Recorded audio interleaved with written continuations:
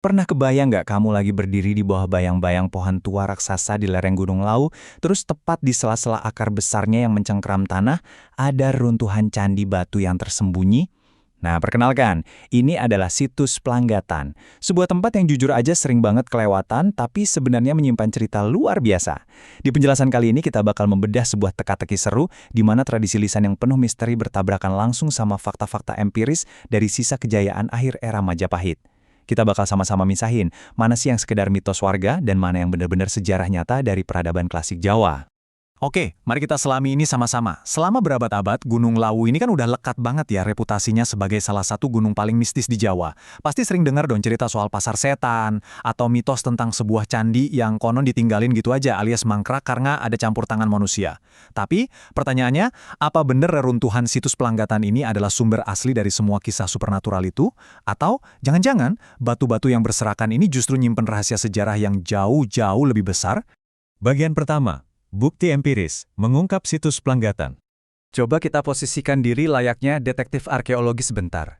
Kalau kita lihat tata letak fisiknya, situs ini tuh terdiri dari 3 teras berundak yang tersusun dari batu-batu kasar. Sekilas emang kelihatannya kayak peninggalan prasejarah atau megalitikum gitu. Tapi, yang bikin temuan ini benar-benar menarik adalah apa yang ada di teras kedua. Di balik talut batu alam itu, kita nemuin pecahan yoni. Ini bukti absolut yang secara tegas mengkonfirmasi kalau situs ini punya afiliasi keagamaan Hindu Siwa. Belum lagi ada relief yang nampilin sosok bangsawan bawa pasukan.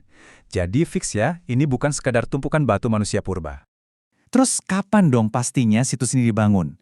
Jawabannya ternyata ngumpet di sebuah pahatan relief misterius yang biasa disebut Sengkalan Memet. Relief ini unik banget, gambarnya manusia berkepala gajah yang lagi nelan bulan. Nah, seorang sejarawan bernama Soekarto Keatmojo berhasil memecahkan kode visual ini jadi rumusan Gana Resi Nahut Sasi. Artinya, itu menunjuk ke angka tahun 1376 Saka atau sekitar 1454 Masehi. Ini data empiris yang luar biasa solid. Fakta ini langsung menempatkan situs Pelanggatan tepat di era akhir kejayaan Majapahit. Pas banget waktu penguasa Prahyang Purwawisesa baru aja naik tahta. Masuk ke bagian 2. Pusat pendidikan, karesyan atau kedewa guruan. Kalau usianya udah ketahuan, pertanyaannya sekarang, buat apa tempat ini dibangun? Walaupun sekarang bentuknya udah hancur ditelan akar pohon, nenek moyang kita tuh pinter. Mereka ninggalin semacam cetak biru lewat pahatan relief di situs ini. Kalau kita baca teks abad ke-14, Kakawin Sutasoma, di situ dideskripsikan sebuah pertapaan atau karesian.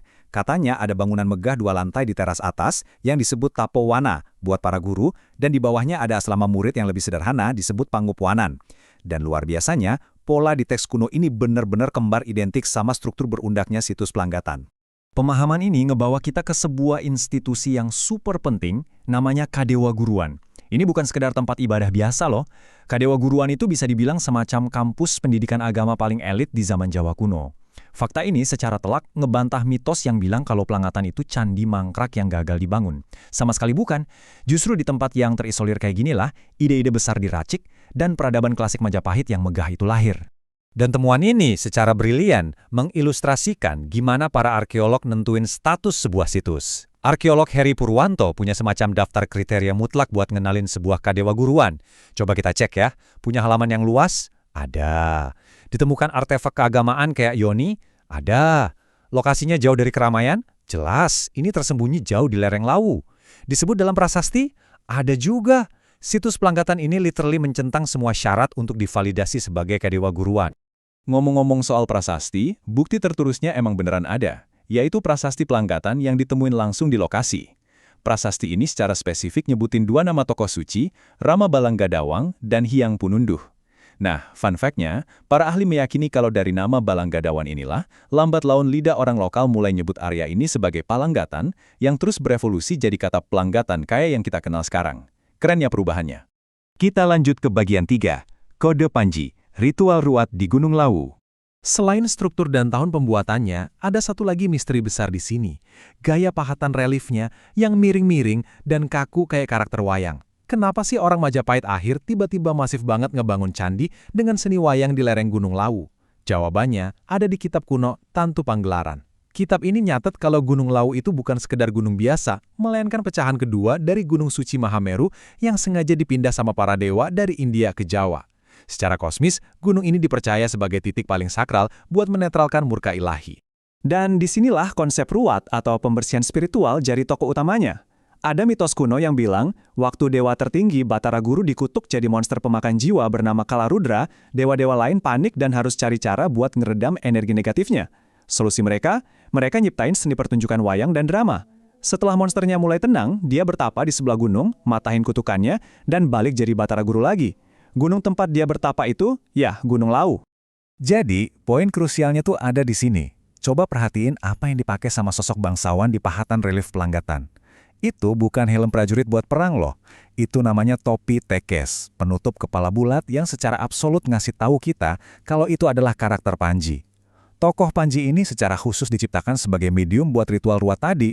Munculnya relief Panji ini jadi bukti sejarah yang nggak terbantahkan kalau situs Pelanggatan dulunya benar-benar difungsikan sebagai pusat ritual penyucian jiwa. Bagian 4. Mitos versus sejarah, legenda Prabu Brawijaya. Terus, apa yang terjadi waktu Majapahit akhirnya runtuh di abad ke-16? Runtuhan agung ini tertinggal dalam diam. Karena masyarakat generasi berikutnya udah terputus dari akar sejarah aslinya, mereka mulai bikin mitos-mitos baru buat ngejelasin bangunan yang ditinggalkan ini. Di Serat Centini, Lawu disebut sebagai wilayah pamannya Gatot Kaca. Di Serat Joyoboyo dikaitkan sama tempat munculnya Satrio Piningit. Dan yang paling heboh, Babat Tanah Jawi bikin narasi kalau ini adalah jalur pelarian Prabu Brawijaya yang lagi kabur dari anaknya, sampai akhirnya dia mencapai moksa di sini. Nah, kalau kita jajarin dua hal ini secara objektif, kelihatan banget bedanya. Tradisi lisan bilang candi ini mangkrak karena diganggu manusia, plus syarat sama aura mistis pelarian Brawijaya. Tapi, fakta empiris dari arkeologi ngomong sebaliknya. Nama Brawijaya itu bahkan nggak pernah sekalipun muncul di sumber primer Jawa kuno. Dan seperti yang udah kita bahas, situs ini dulunya adalah kampus elit Kadewa Guruan yang udah selesai dibangun dan beroperasi penuh. Tentu aja kita sangat menghormati pengalaman mistis teman-teman pendaki, tapi sebagai pembelajar kita harus bisa misahin mana keyakinan subjektif dan mana validitas data sejarah. Bagian 5. Permata tersembunyi. Kenapa Pelanggatan itu penting? Coba deh kita renungkan sebentar, situs sekecil dan seasing ini nyatanya punya bobot sejarah yang masif banget. Emang sih, pamor Pelanggatan selalu kalah telak dibanding tetangga-tetangganya yang megah kayak Candi Suku atau Ceto. Fisiknya juga udah hampir ditelan bumi dan akar pohon. Tapi, tanpa menjaga kelestariannya, peta sejarah klasik kita bakal bolong. Situs Pelanggatan itu titik simpul yang absolutely crucial buat memetakan jaringan pendidikan dan spiritual di masa akhir Majapahit. Ini bukti nyata kenapa merawat reruntuhan kecil itu sama pentingnya dengan menjaga candi-candi raksasa.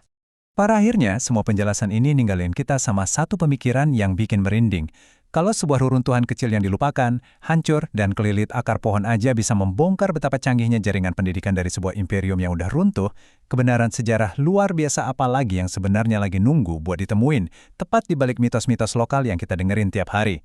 Pemahaman sejarah selalu menantang kita buat ngegali lebih dalam, ngelewatin dongeng buat nemuin fakta aslinya. Jadi, teruslah bertanya dan jangan pernah berhenti mengeksplorasi. Sampai jumpa di pembahasan berikutnya.